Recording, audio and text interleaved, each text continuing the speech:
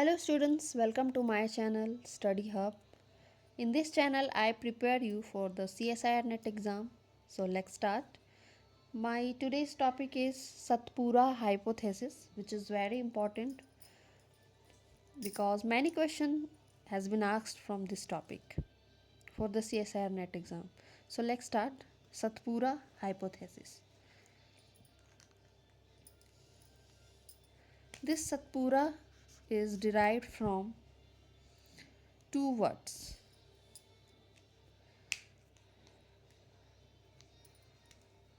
Sat and Pura. Sat means seven and Pura means mountain.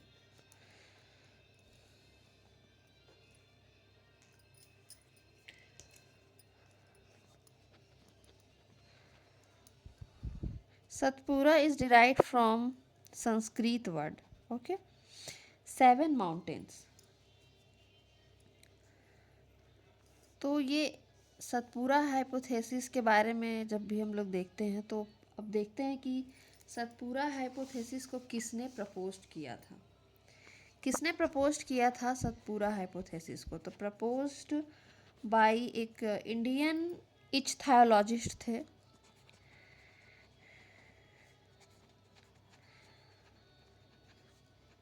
Indian इच्थायोलॉजिस्ट थे जिनका नाम था सुंदर लाल होरा।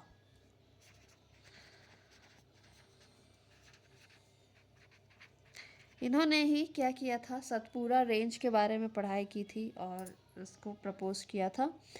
तो ये सतपुरा हाइपोथेसिस है क्या? एक सतपुरा हाइपोथेसिस जो है वो एक तरह से ब्रिज है। ठीक है, एक ब्रिज है ताकि क्या हो सके, मालायन और साउथ ईस्ट एशियन के फाउना जो हैं वो क्या हो सके, वो डिस्पर्स हो सके। कहाँ पे? इनटू पेनिनसुलर इंडिया और वेस्टर्न घाट में। ठीक है, तो ये एक नेचुरल ब्रिज है जिससे क्या होता है, जो मलायन जो है वो डिस्पर्स्ड हो सकेंगे। ठीक है, मलायन डिस्पर्स्ड हो सकेंगे, मलायन या फिर साउथ ईस्ट एशियन फाउना, यहाँ के जो भी फाउना है, ठीक है, यहाँ के जो भी फाउना है वो डिस्पर्स्ड हो सकेंगे पेनिनसुलर इंडिया में एंड वेस्टर्न घाट।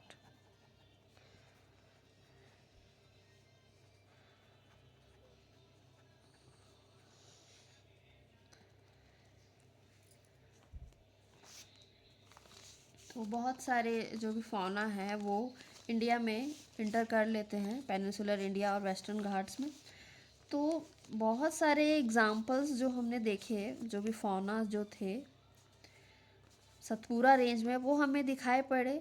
तो वो जो भी इवॉल्व हुए थे वो फ्रॉम कन्वर्जेंट इवोल्यूशन। ठीक है, कन्वर्जेंट इवोल्यूशन से जो भी स्पीसीज इवॉल्व हुए थे वो सभी हमने इनमें नोटिस किया।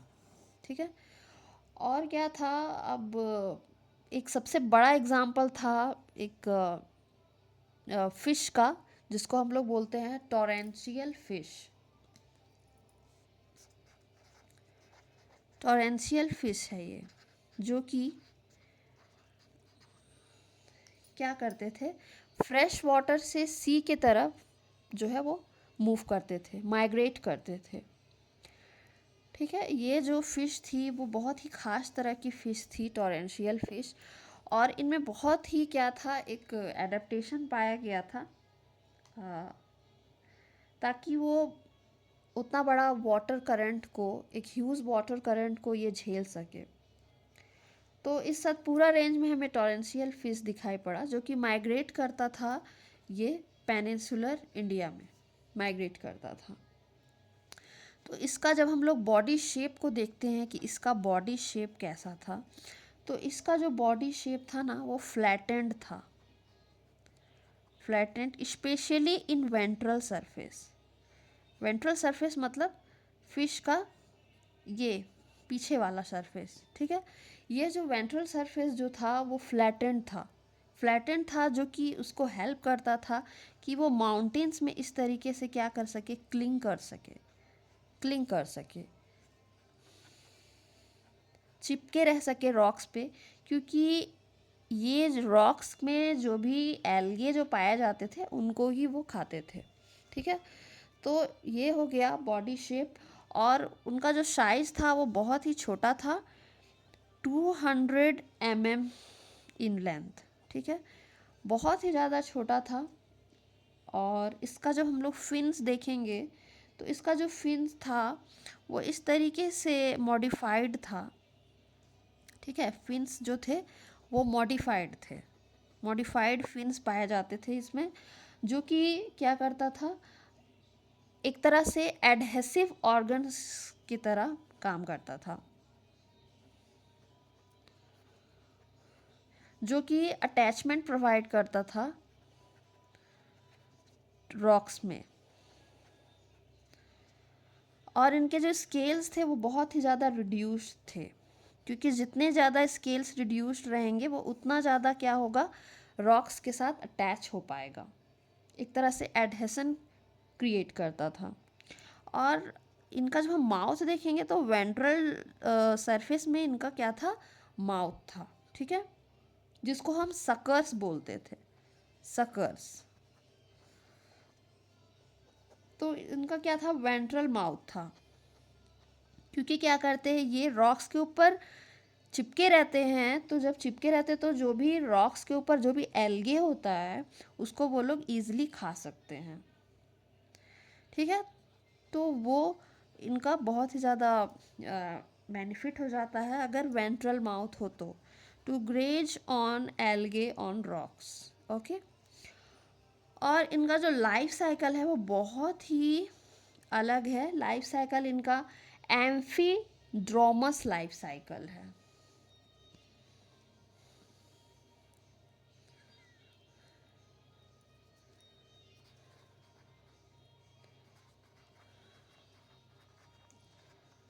एम्फीड्रोमस लाइफ साइकिल का मतलब होता है कि ये अपना लाइफ साइकिल कंप्लीट करते हैं फ्रेश वाटर में भी और वह सी वाटर, ये दोनों में इनका लाइफ साइकिल कंप्लीट होता है। तो अब हम लोग देख लेते हैं कि इनका लाइफ साइकिल कैसे कंप्लीट होता है। तो अब हम लोग देखते हैं लाइफ साइकिल के बारे में। लाइफ साइकिल ऑफ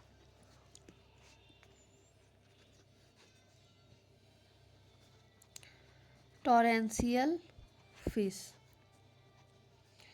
तो लाइफ साइकिल ये होता है कि ये फ्रेश वाटर में सबसे पहले हमें हम अगर फ्रेश वाटर से सबसे पहले स्टार्ट करें तो, और फिर बात आएंगे सी वाटर में। तो ये है फ्रेश वाटर और ये है सी वाटर। ठीक है, तो फ्रेश वाटर में क्या होता है, बहुत सारा एग्स होता है, वो हैच करता है। ठीक है, तो एग्स कहाँ से आए, यहाँ पे एडल्ट होंगे, एडल्ट फिश होंगे, एडल्ट टॉरेंशियल फिश होगा, उसने क्या किया, एग ले आउट किया और फिर यहाँ पे एग्स का हैचिंग हुआ। और फिर जैसे ही हैच हुआ तो फिर यहाँ से जो है फिर लार्वा में कन्वर्ट होगा। लार्वा में जैसे ही कन्वर्ट होगा, ठीक है, तो ये जो लार्वा है वो क्या करते हैं, वह यहाँ पे इसका शॉर्ट टाइम होता है फीडिंग पीरियड। छोटे से समय के लिए यहाँ पे फ्रेश वाटर में रहते हैं लार्वा, शॉर्ट टाइम जो उसका होता है फीडिंग पीरियड। ठीक है, तो यहाँ पे ये हो गया लार्वा।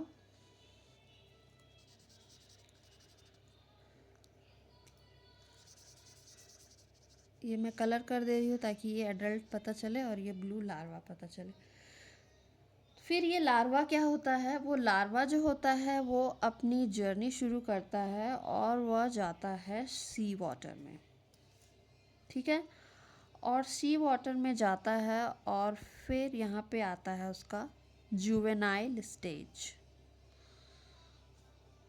ये इसका जुवेनाइल स्टेज है।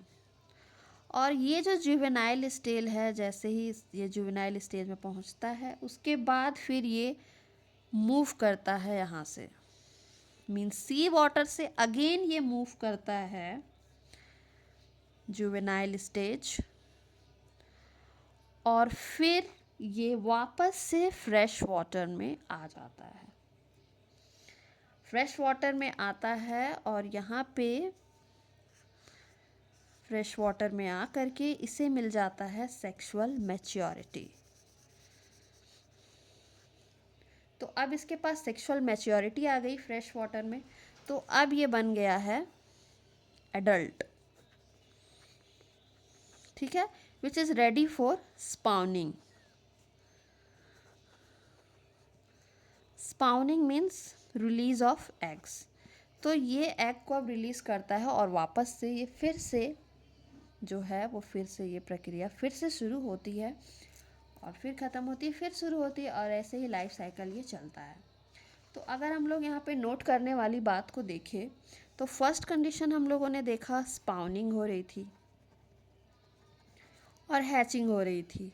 तो स्पाउनिंग और हैचिंग जो हुई वो हुई फ्रेश वाटर में, ठीक है। और फिर इसने क्या किया, सी वाटर के तरफ माइग्रेट किया। तो माइग्रेशन टू सी, तो सी के तरफ इसने माइग्रेट किया। तो ये जो लार्वा है इसको हम लोग एक टर्म देते हैं फ्राई, इसको फ्राई बोलते हैं, जो कि अब सी के तरफ जाएगा, कैरेट टू सी, ठीक है। थर्ड कंडीशन में फिर क्या होता है, इसका होता है जुवेनाइल ग्रोथ।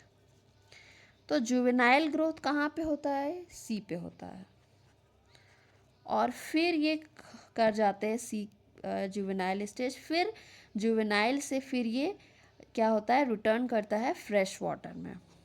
तो ये क्या हुआ, return to fresh water, juvenile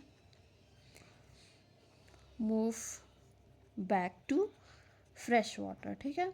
और यूजुअली ये स्प्रिंग नहीं तो ऑटम में ये होता है माइग्रेशन जुवेनाइल की, स्प्रिंग या ऑटम में होती है, और फिर ये एडल्टहुड में जाते हैं